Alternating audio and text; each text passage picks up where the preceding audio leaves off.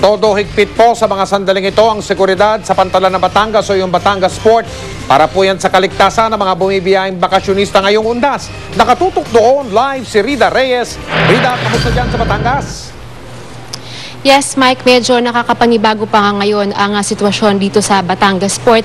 Hindi kasi tulad ng mga nakakarang undas ay kapansin-pansin na sa ngayon ay tila kakaunti pa lamang ang bilang ng mga kababayan natin na magsisiuwian sa kanilang mga probinsya para sa undas. Sa tala ng Philippine Ports Authority, nasa 13,000 pasahero na ang bumiyahe simula kahapon. Karamihan pauwi sa Romblon, Oriental at Occidental Mindoro. Pero kaunti pa raw ito kumpara sa normal na passenger volume tuwing panahon ng undas na umaabot sa 40,000. Ini-expect namin na magkakaroon ng decrease more or less 40%. Why? Dahil marami nang napauna dahil sa eleksyon and then bakasyon. Nananatiling mahigpit ang seguridad, dumadaan sa x-ray machine ang bawat bagahe ng mga pasahero. Nag-iikot din ng K9 units. 24 oras na bukas ang Batangas Port para sa inaasang pagdagsa ng mga pasahero ngayong weekend. Magdamagan rin na magbabantay ang kanilang Public Assistance Center para tumugon sa anumang pangangailangan ng ating mga kababayan. Kanina, ininspeksyon ng Philippine Ports Authority, Marina at Philippine Coast Guard ang mga bibiyahing RoRo bilang bahagi ng mandatory pre-departure inspection. Tinitingnan namin yung mga solos equipment, isure natin yung engine nila at saka auxiliary ay yung nasa condition ba para pagdating ng laot, hindi magkaaberya ang barko natin habang naglalayag. At para makaiwas sa bulto ng mga pasahero bukas, may ilang kababayan natin na sadyang nag-leave na sa trabaho ngayong araw. Sa 2 may pasok na rin kaagad, hindi naman nila dineclare na holiday yung 2, kaya kailangan earlier na makauwi para makabalik din kaagad sa 1. So paano yung work mo? Nag-leave na lang po. Bakit? Okay lang. Para mas makasama yung pamilya na. Ang iba naman, lulubos-lubusin na raw ang long weekend para makapagbakasyon sa Puerto Galera. Mike, sa buong maghapon ay panakanakang ulan pa lang ang ating naranasan dito sa Batangas Port. Sa kabila nga niyan ay tuloy-tuloy pa rin ang biyahe ng mga RoRo dito. Pero pagtitiyak naman itong Philippine Coast Guard sa kanilang mga pasahero ay wala silang dapat na ikabahala dahil patuloy raw silang nakikipag-ugnayan sa Pag-asa hinggil nga sa magiging lagay ng panahon. Mike? Maraming salamat, Rida Reyes. Nagpaunlak po ng panayam sa GMA News ang isa sa mga pangunahing testigo ng National Bureau of Investigation sa pagsabog sa huling araw ng bar exams. Muli niyang idiniin ang suspect na si Anthony Nepomuceno at nakatutok si Julius Segovia eksklusibo. Kasama ng NBI ang witness na si Boji.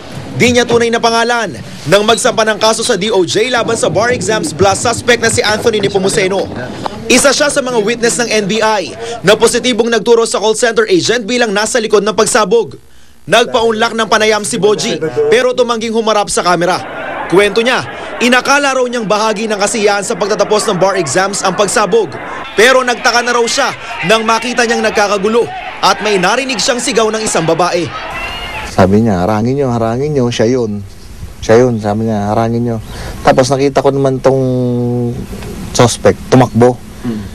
Among doon sa mga among doon sa mga tao, siya yung bukod tanging iba ang takbo, mas mabilis. Hinabol daw ni Boji ang itinurong lalaki. May takip na itim na tela ang ilong at bibig. Inabutan niya raw ang suspect sa harap ng isang coffee shop sa Taft Avenue. Kaya nahawakan niya sa damit. Dito na raw natanggal ang takip sa mukha ng lalaki. Kaya nakita raw niya ng malapitan. Si Nepomuceno daw ito. Habang hawak daw niya ang suspect, naramdaman daw niyang may sumusuntok sa kanyang likod. Paglingon niya, may nakatutok na raw sa kanyang baril. Nakaharap mismo sa mukha ko. Tapos nakita ko yung kamay niya na nanginig, parang naratel siya na parang lalagyan niya ulit ng bala yung baril. Sabi ko hindi pumutok yung baril. So ang ginawa ko, binitawan ko yung suspect. Paglilinaw ni Boji, wala siyang personal na galit sa Alpha Phi Omega, ang college fraternity ni Nepomuceno. Katunayan, kasama pangaraw nila ngayon sa law fraternity nila ang mga dating kabrad ng suspect. Kahit isa, isang beses, hindi pa namin nakaaway yung fraternity nila. Kasi, we are an exclusive law fraternity eh. Yun sa kanila, sa college fraternity yan eh. Yun nga pinagtataka namin. Sa ngayon, nakikiusap si Boji na wag munang ipakita ang kanyang muka. Pero alam din niyang kalaunay kailangan siyang lumantad kapag tumestigo na laban kay Nepomuceno. Gayon pa man, buo raw ang kanyang loob. Hindi po ba kayo medyo, kumbaga, natatakot, parang nakabahan o kailangan ba isa-ilalim kayo sa witness protection? At bang... Sa akin, hindi eh. Hindi siguro kailangan. Moral obligation para sa akin na kung ano yung katotohanan, ibibigay ko. Julius Segovia, Nakatutok, 24 Oras. Chika Minute! 15 taon nang nagbibigay saya at katatawanan ang barkadahan ng Bubble Gang. At this year, kakaiba at espesyal daw ang kanilang anniversary presentation. Silipin natin yan sa chika ni Aubrey Carampel. Kakaiba ang anniversary presentation ng Bubble Gang mamaya para sa kanilang ika-15 taon.